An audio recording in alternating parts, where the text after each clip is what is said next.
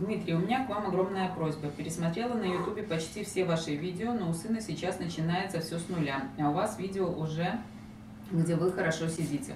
Подскажите, пожалуйста, с чего нам начать и как правильно? Сын до декабря прошлого года уже сидел, но в декабре у него в бедре обнаружили остеофикат.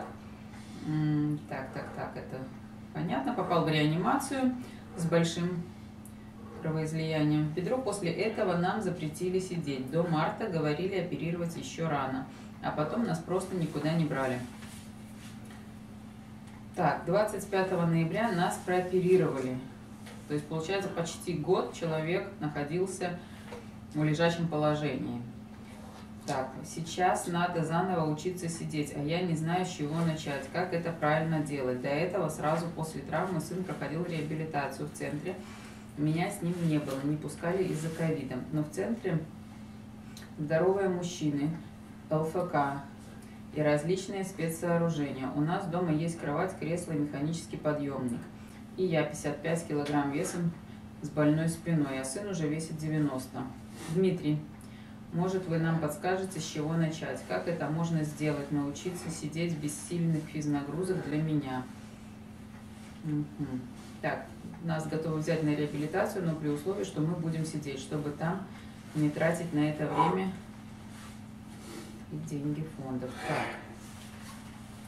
Инструктора ЛФК грамотного найти не могу. И помочь в смысле физически мне некому. Да, я так поняла, что женщина не намного крупнее меня. Я так понимаю, что это женщина. Килограмма на полтора. Так, и сын. Значит, по поводу сына, я так поняла, вот, кстати, рекомендация сразу уже 90 килограмм, где-то тут было, да. Сын уже весит 90 килограмм. Вопрос, весил ли он больше или весил ли он меньше, да? Почему этот вопрос? То есть питание правильное, полезное, нужное должно быть, но учитывая лежачий образ жизни, учитывая минимальные какие-то нагрузки, это не должно быть как перекармливать, что вот покушай, ты же здоровее будешь, да, то есть очень часто в постсоветском пространстве, где когда-то были военные времена и люди не доедали, мы привыкли, и нас приучили наши мамы и бабушки, что надо хорошо кушать. Так вот, хорошо кушать надо тогда, когда вы хорошо и качественно двигаетесь. Работаете. И то не всегда бывает, что получается сбросить вес. Особенно для инвалидов, которые в коляске сидят, для них лишний вес это не есть хорошо. Поэтому если есть возможность у вас какая-то в отношении питания, это не на сейчас, это в принципе навсегда, да, на будущее. Потому что понятно, что сразу вы там что-то это... Если, конечно, он сбросил вес, на фоне того, что он лежал или там, не знаю, в больнице был, еще какие-то моменты, то это наоборот хорошо. Опять-таки, учитывая рост и вес, да, может для него 90 килограмм это и нормально, но просто вот такая, по самой фразе, что уже весит, да, то есть я предположила, что, возможно, он уже поправился. Так. Значит, какие есть рекомендации для вас? Судя по тому, что 25 ноября была операция, а в декабре прошлого года он сидел, то есть почти прошел год. Сейчас у нас декабрь, значит, точно прошел год. Есть вероятность того, что вот я не знаю, разминаете, делаете ли вы растяжки из положения лежа ему, да, садиться, может, и нельзя, но там сгибание в коленном суставе вы производили или нет. Если все-таки вы потихонечку там что-то пытались хоть как-то сгибать, то контрактуры быть, по идее, не должно. Но если вы прям четко выполняли вот эти правила, сидеть, значит, просто же можно запретить сидеть конкретно вот в этом положении, да, а можно запретить сгибать ногу даже из положения лежа. Так вот, что вам запретили? Если вам запретили сидеть, но ногу сгибать было можно, и вы продолжали сгибать, значит, контрактуры у вас нету, и все гораздо проще. Если же вы все-таки лежали и даже не боялись сгибать ногу, и при этом вам запретили, есть вероятность того, что у вас есть контрактуры в тазобедренных суставах, возможно, и в коленных суставах. Поэтому тут нужно еще начинать, помимо того, как учиться сидеть, работа с контрактурами. Ноги поднимать. Да, да. Сейчас я Диме дам еще задание и продолжу отвечать на ваш вопрос. Дима продолжает выполнять упражнения. Значит, первое наше упражнение мы прикладываем на ключицу руку, если вы работаете без утяжелителей. Дима работает с утяжелителем, поэтому одна рука будет находиться вдоль корпуса. Просто не поднимаем плечо максимально и лопатку вверх. Раскрываем плечо, поднимая руку, да, но само плечо и лопатка вверх не бегут. Выполняем 10 раз на правую руку, 10 раз на левую руку. Вторым упражнением будет уведение рук позади себя, спина прямая, раскрываем грудную клетку, зажимаем лопаточками монетку. Уводим, возвращаем. Тоже выполняем 10 раз. И третьим нашим упражнением будет из положения руки позади, лопатки сомкнуты, грудной отдел раскрыт, сгибание в локотках и выпрямление. Выполняем по 10 раз. Да. Чуть-чуть вот эту ногу мне поправь, пожалуйста. Вот, спасибо. И вторую. О, да вообще шикардос. Начинает Дима, а я продолжаю ответ на вопрос. Так вот, по поводу контрактуры, да, то есть если все-таки есть контрактуры, то с чего нужно начинать? Из положения лежа вы начинаете потихонечку поднимать ногу, вот вся наша растяжка, которая есть, так чтобы вот сразу ответить на вопрос и сильно не вдаваясь в подробности. Значит, это вот я как будто бы лежу, то есть вы будете сгибать ногу в коленном тазобедренном суставе, вы будете отводить ногу в сторону, вы будете поднимать ногу вверх. Да? Я ссылку скину. Вы можете выполнять круговые вращения потихонечку, еще вот дополнительно к той растяжке, которая есть. То есть берете ногу и аккуратненько вращаете ее в тазобедренных суставах. Вы еще делаете вот из положения лежа сгибание. Наверное, мне надо лечь, показать. Ну, так будет просто более понятно.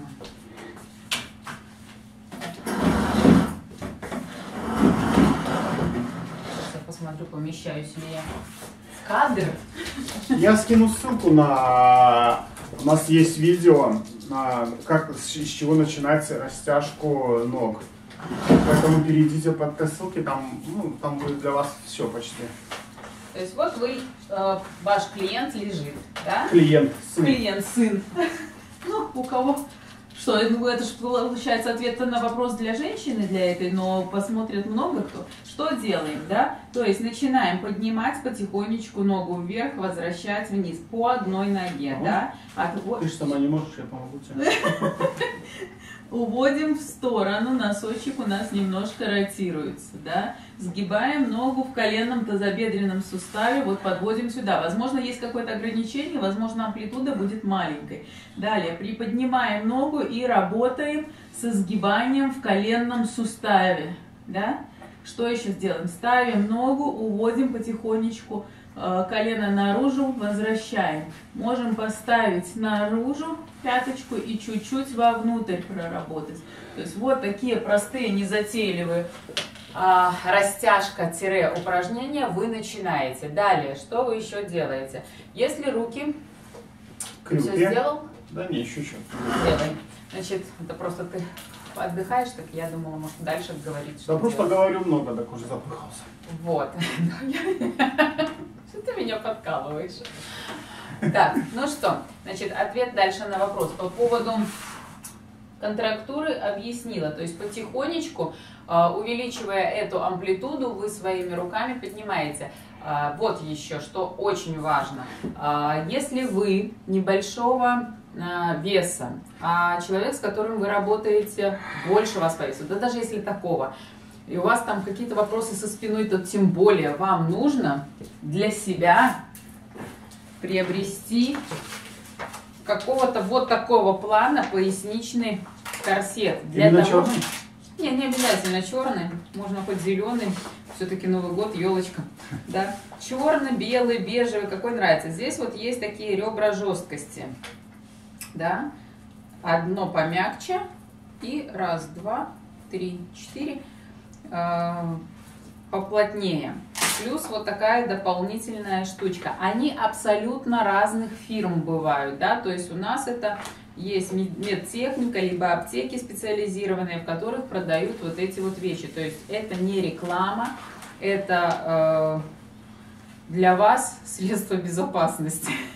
Но обратите внимание, все даже тяжеловесы, они все с поясами ходят, потому что, ну... Если поднимают тяжелый вес, вы можете обратить... Берегите спину, потому что если вы сорвете свою спину, то уже Кому, не поможете. вы ни себе не сможете толком помочь, ни своему сыну. Опять-таки, обратите внимание, я, работая с Димой, тоже одеваю этот корсет. Даже не всегда я его прям поднимаю, но корсет у меня одет, потому что мало ли вдруг где-то что-то... Подхватить. Надо Димка, подхватить. Полететь. Да.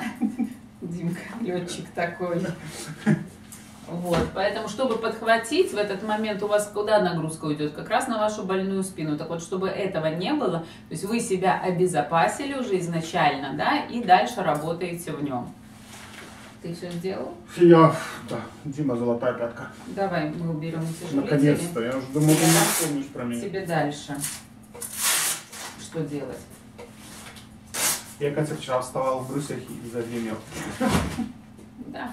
Отвлекся. Это, к слову, о том, что когда вы занимаетесь, выключаете вы все эти телефоны, все, включили музычку и занимаетесь. Потому что я вчера занимался, хорошо вставал, все нормально. На 27-й раз встал, и тут телефонный звонок, я посмотрел вниз, отвлекся и падал медленно, но и быстро, и долго. Ну, правда, ничего, конечно, не повредил себе, все везде нормально, но... Ну, его в баню. Как рассказал Дима, как он вчера падал. Да, так лучше так не падать. Ну, я падал медленно. Там, пытался удержаться за воздух. Как мячик. Тык-тык-тык. И на полу. Все. Поэтому, да, фокус внимания у вас на занятии. И какие-то, если есть раздражающие факторы у вас, да, то есть вы их стараетесь убирать. Но есть еще один момент. Вы все равно, несмотря на то, что есть какие-то раздражающие факторы, и себя настраиваете, что это вот все, что происходит вокруг, что вас раздражает, оно не важно. Сейчас вы в моменте, сейчас вы занимаетесь, и ничего важнее вашего упражнения нету. Потому что как только вы Да. Песня не зря была спета. Если вы расфокусированы, то вы и неправильно, и не так четко можете выполнять упражнения. Как это было на прошлой тренировке у меня. Да, и поэтому всем близким, если кто-то есть, и кто-то там пытается, там дети, еще что-то, попытайтесь как бы объяснить им, что вот сейчас вот вы занимаетесь, да, а потом вы с ними там поиграете, или там, если это кто-то из взрослых, ну, тоже объясните, что у вас сейчас вот именно это важно, остальное будет позже. Не, ну, либо наушники, тыц, музон, что я так делал часто, ну, то есть, ну, потому что не объяснишь, я же поломался, дочке был вот. Я же не объясню, и все, извини, там, замолчи, да, ну, такого же, она, ну, это же дети. Я наушники всегда тыкаю. Так, Дима следующее упражнение получает. Комплекс такой, мини-комплекс. Первое. Растягиваемся обеими ладошками в разные стороны, удерживаемся 10 секунд. Затем второе упражнение. Выполняем круговые вращения плечо-лопатка. В одну сторону 10, во вторую сторону 10. И третье упражнение. Мы растягиваемся, одна рука прячется за голову, другая прячется за поясницу. Опять растягиваемся, меняем руки местами. Другая за голову, первая за поясницу. Момент, тянемся в сторону. Да. Первая, тянемся в сторону. Так, а я Ты мне не даешь остановилась. сегодня слово сказать. Ну, потому что у меня длинный вопрос, сложный, я пытаюсь со всех сторон, как Все, говорится, хорошо, я не буду тебя больше отвлекать. ответить на него. Пока. Пока не отвлекай. Так, значит, по поводу корсета сказала, по поводу растяжки сказала. Это если есть контрактурки какие-то, еще укладки можно дополнительно делать, да, то есть вы берете, укладываете под ногу. За растяжки надо делать, даже если нет контрактур. Да, растяжки в любом случае делаете, а если есть прям еще и контрактуры, там, допустим, в тазобедренном суставе, в коленном суставе, берете, укладываете какую-то, я не знаю, для начала подушку, да, если прям совсем жесткая контрактура. Вот таким вот образом, то есть вот он лежит, вы ему под коленко положили до угла сгибания, да, если нога в колене, например, то значит на стопу какой-то утяжелитель вешаете. И вот сюда максимально подводите, под бедро можно побольше что-то ставить, можно придумать что-нибудь, я не знаю, какую-то досточку, оббить ее поролоном, да, или Главное, обмотать. чтобы мягко было, потому что... Да, или обмотать в одеяло, например, в покрывало какое-то, да, эту доску, и вот таким вот образом подкладывать сюда, чтобы увеличивался угол сгибания в тазобедренном и коленном суставах. И ложить, пускай он так вот лежит, начинать от 20 минут, если боли не чувствует.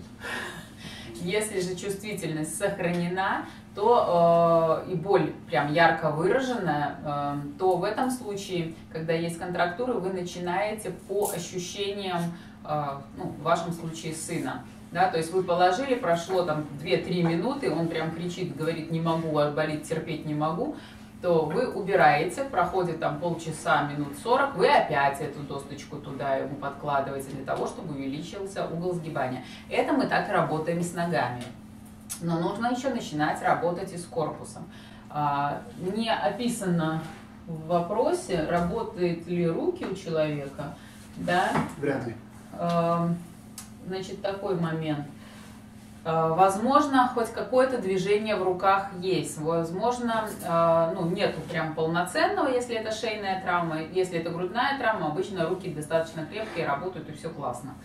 Но если это шейная травма, надо прорабатывать руки, то есть сгибание, разгибание, поднятие рук вверх-вниз, в стороны. То есть все вот эти вот упражнения, которые Дима сейчас и не только сегодня делает на стуле, подкладывайте ему в подушку, чтобы он не совсем уже прям лежал, а в такое полулежачее, полусидящее положение, и пускай руки поднимает вверх, уводит в стороны, какие-то круговые вращения делает, сгибание, разгибание, если получается, особенно сгибание, разгибание. И после того, как вы видите, что руки включились в работу, вы ему за ножку, например, кровати, либо если шкаф там впереди кровати стоит, в общем, каким-то образом цепляете ленту. К потолку, да куда угодно. К потолку, да, можно прикрутить на крюк какой-то. Цепляете ленту, не резинку, я просто резинку использую сейчас как пример, а жесткую ленту. Возможно, как вот у Димы подвяз такой там рушник, да. То есть, я не знаю, хоть простынь привяжите. Нет, знаете, что еще используют? Фал для буксировки автомобилей. Он такой широкий, как ремень. Ремень от автомобиля, да. Ну, вот, кто-то снимает. Буксируют, да, которые они такие широкие, и они не так это... Они не тянутся, то есть вам нужна какая-то жесткая, не тянущаяся лента. Да. Вот. Что вы делаете? Вы фиксируете эту ленту, например, за ножку стула, неправильно сказала, кровати, дивана, еще чего-то, да, что никуда не уедет и никак не подвинется. Далее делаете какие-то петли, либо просто связываете вот таким вот образом. Вот он лежит, вы ему даете в руку, то есть он одевает это в петлю. Желательно таким образом, не как я зацепила сбоку, чтобы если он будет подтягиваться, что его будет тянуть в сторону, а именно где-то в центре кровати. Ну, лучше наискосок к потолку. Или балканскую раму вот эту. Можно балканскую раму, можно поставить кровать к шведской стенке, если вдруг есть. То есть вы ищите свой вариант, ну, по условиям, в которых вы проживаете. Так, самое простое, я же говорю, это к ножке кровати, если прям вообще ничего, или к спинке кровати, и вот положить рядышком. Таким образом, чтобы он мог доставать ее, да, и одевать, если, допустим, сгибание, разгибание слабое, кисть не работает, то хотя бы вот таким вот образом. И пытаться подтягиваться вверх, да, то есть за счет рук себя поднимает и расслабляется. Вот в этом положении он тренирует пресс. Помимо всего прочего, он тренирует сгибание в пояснично-грудном отделе. В этот момент, когда он уже натренируется себя чуть-чуть, вы подкладываете ему под спину подушки, то есть он держится. Вы чуть-чуть можете одной рукой подталкивать его в спину, в позвоночник в районе там, между лопаток, да, и сюда вот подложить какие-то подушки. То есть он лег, вы ему раз перевязали дальше, он опять себя чуть больше подтянул, вы ему раз еще каких-то подушек положили. Либо, если это не подушки, сейчас я покажу, какой еще вариант есть, если он высоко поднимается. Смотрите, если руки достаточно крепкие, то в этом случае можно использовать, ну, я взяла тут детский стульчик, да, но можно взять вот такой стул, на котором сидит Дима. И как в тот момент, если он сам, либо, может, кто-то поможет вам его приподнять, может быть, вот подушки уже подложили, да, или он сможет вот таким вот образом хотя бы удержаться. Вы берете стул и вот таким вот способом укладываете ему стул. Это что можно делать с прямыми ногами на кровати, да? То есть тут уже, видите, потихонечку угол сгибания в пояснично-крестцовом и тазобедренных суставах увеличивается. Если в дальнейшем будет возможность спустить ему ноги вниз, то и, например, кровать или диван находится недалеко от стенки, то вы точно так же сможете поставить вот таким вот образом стул, а с этой стороны, например, подушку. И вот таким вот образом он у вас будет начинать сидеть. В кровати, когда ноги прямые и вы подкладываете подушки, там сколько угодно. Если все-таки он сидит, начинает там терять сознание, начинает кружиться голова и так далее, то есть вы раз его уложили. Из положения сидя тоже вы смотрите по временному промежутку, как долго он может сидеть. Прям так из положения сидя, и как вот вам его поднять сюда, но я же говорю, в первую очередь нужна его помощь. Только вы одна своими 50 килограммами, если он вообще никак не может вам помочь, вы его не поднимете. Но если же все-таки он будет стараться пыхтеть как-то там что-то... Руки надо тренировать. На ногах осификат, это понятно, но руки-то можно было тренировать, и нужно. И руки тренировать, и помимо рук пресс тренировать, то есть вот эти вот подтягивания, даже где-то на руках, а где-то думать головой, что это прессом работает. Вот как я же не поднимаюсь полностью, я раз чуть-чуть, лопатки, если уже оторвал, пресс уже включился. Да, то есть даже вот эти вот, пускай даже если он головой вначале кивает, да, все равно у него вот здесь вот начало пресса уже начинает работать. То есть это все длительная работа. И не просто, а если можно уже высаживать, да, и с кем-то, то тут, конечно, другой вопрос, тут попроще. Но сам вопрос заключается в том, что не с кем, не с кем и как начать. По-хорошему, просто начать, если вам есть кому прийти и помочь его высадить, несложно. То есть вы взяли соседку какую-то, попросили зайти на, я не знаю, 10 минут. Вот он лежит. Вы его где-то за руки, где-то за плечи, под него под лопатки, взяли его, подняли, посадили, пока кто-то один держит, вторая либо стульчик поставила, либо подушек, одеял наложила, все, он сидит. И пускай полдня, а то и весь день он находится вот в этом положении, да. Но не так, что прям совсем мы посадили, все, где-то там подотпустили, где-то опять побольше посадили, убрали подушек. Меньше, больше. Вы поймите, что 24 часа, если он лежал год, да, то сейчас его высадить не так-то просто. Не просто со стороны костной структуры, да, то есть кости могут остеокаты быть, кальцинаты быть, контрактуры жесткие быть. С точки зрения мышц они уже не так сильно растягиваются в этой плоскости. И с точки зрения сосудов, потому что сердечко привыкло качать кровь из горизонтального положения, а тут его надо посадить, и он, скорее всего, может потерять сознание, либо ему может стать нехорошо за счет того, что сердцем надо качать кровь чуть-чуть в другой плоскости. Вот эти моменты все учитывайте. Если еще есть вопросы, пишите, будем стараться ответить. А единственное, по вот этой вот ленте, назовем это лентой, да? Которая цепляется, чтобы подниматься. Если шейник, я просто видел, что ребята просто лестницу веревочную, и удобно так вот перехватываться и чуть-чуть подниматься. Да, то есть когда несколько петелек, вот допустим одна петелька, вот допустим вторая петелька, тут, например, узелок сделать, это уже будет третья петелька, да? То есть чтобы потихоньку лестница веревочная. Или узелки какие-то вязать, если хоть какой-то хватательный момент в кистях есть. Так, ну что, мы продолжаем? Да.